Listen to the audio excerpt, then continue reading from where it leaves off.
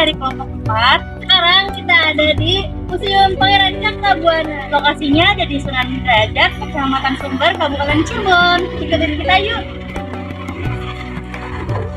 Museum ini dibuka dari hari Senin sampai dengan hari Jumat dari pukul 8 pagi sampai dengan pukul 3 sore. Museum ini diresmikan pada tanggal 2 April 2014 secara resmi dibuka oleh Bapak Bupati Cirebon, yaitu Dr. Andes Haji Sunjaya, yang mana dibangun untuk melestarikan budaya dan seni yang ada di Cirebon dan mengabadikan nama Pangeran Cakrabuana. Tiket masuknya gratis loh. Museum ini menyediakan fasilitas seperti area parkir, toilet, musola, panggung pertunjukan, dan lain sebagainya. Kemudian apa saja sih koleksi di museum ini? Nah, di lantai 1 ada koleksi naskah Timanunggal yang berupa naskah sejarah Cirebon, ada teks tasawuf, dan primbon abad ke-20. Kemudian ada koleksi batik dengan motif rejang besi yang merupakan salah satu motif batik keraton Cirebon.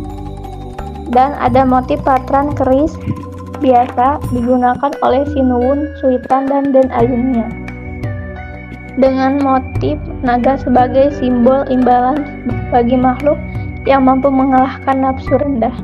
Adapun koleksi busana seperti busana tari topeng Panji, busana tari topeng Kelana, busana tari topeng Rumyang. Ada juga koleksi fosil seperti fosil daun, fosil kayu, arca, dan mangan. Di sana juga ada koleksi patung seperti patung berokan, replika Garuda Gegesik, dan dalung. Selain itu, ada koleksi perahu. Ada perahu compreng, perahu jenggongan, perahu maduran, perahu prewean, pepean, dan totowan. Ada beberapa koleksi keris seperti keris Tangguh Cirebon, dapur tilam Upi, dan pamor Salokarang. Begitupun koleksi topeng. Ada topeng Wanda Topeng, topeng kedok wayang wong tokoh Gandamana, dan Sobra. Nah, berikutnya koleksi di lantai 2 ada berbagai macam, seperti koleksi wayang dengan jenis Denawa, Batu Rempak, wayang golek cepak tokoh Panji, Onggawa, dan Sangan. Sedangkan koleksi gamelannya ada Laras Pelog dan Laras Perawa. Nah, ada juga koleksi lukisan kaca seperti lukisan kaca babat alas Amer karya Rapa, lukisan kaca ayat kursi karya Astika Desa, dan lukisan kaca Trusmian 1 karya Teruj. Kemudian ada koleksi gerabah, jenisnya ada gosang, padaringan, dan gosang besar. Dan yang terakhir, berbagai koleksi piring. Nah, di Museum Cakrabuana ini terdapat sebuah aplikasi yang bernama AR Cakrabuana, yang mana aplikasi ini adalah aplikasi Android dengan teknologi augmented reality, yang hanya dengan men-scan objek tertentu, para pengguna dapat melihat objek 3 dimensi beserta informasi detailnya. Tempat wisata yang kedua adalah Banyu Panas Gempol yang berada di Jalan Raya Palimanan, Kabupaten Cirebon.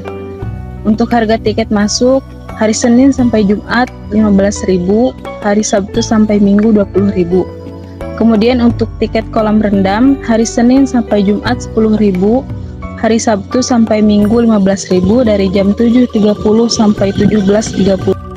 Pada tahun 2008, perusahaan Indosemen melakukan pekerjaan pengeboran untuk mendapatkan air bersih di area tersebut. Namun, yang keluar dari hasil pengeboran bukanlah air bersih, melainkan air panas yang warnanya kebiru-biruan. Setelah berkoordinasi dengan berbagai pihak, maka diputuskan bahwa area ini dijadikan sebagai tempat wisata. Banyu Panas menyediakan fasilitas seperti area parkir, toilet, lulur lumpur di sungai, kolam rendam dan terapi ikan, taman bermain, flying fox, panahan, dan ATV. Tempat wisata yang ketiga adalah Goa Sunyaragi yang berada di Jalan Raya Sunyaragi, Kecamatan Kesambi, Kota Cirebon. Buka dari jam 8 pagi sampai dengan jam 5 sore.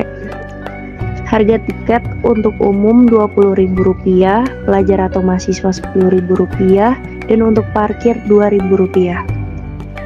Wisata Goa Sunyaragi menyediakan fasilitas area parkir, toilet, musola, aula, pendopo, dan taman. Goa Sunyaragi ini berasal dari kata sunya yang berarti sepi dan ragi yang berarti raga. Berasal dari bahasa Sanskerta. Didirikan pada tahun 1703 Masehi oleh Pangeran Kararangan. Beliau merupakan cicit dari Sunan Gunung Jati. Tujuan pembangunan tersebut sebagai tempat beristirahat bagi para keluarga Sultan Cirebon, tempat meditasi, dan tempat berlatih perang. Goa Sunyaragi dibangun melalui 3 periode pembangunan. Periode pertama dibangun pada tahun 1536 oleh Chandra Sengkala, Gajah Derum, Tirtalinungi. Ada 8 goa yang dibangun.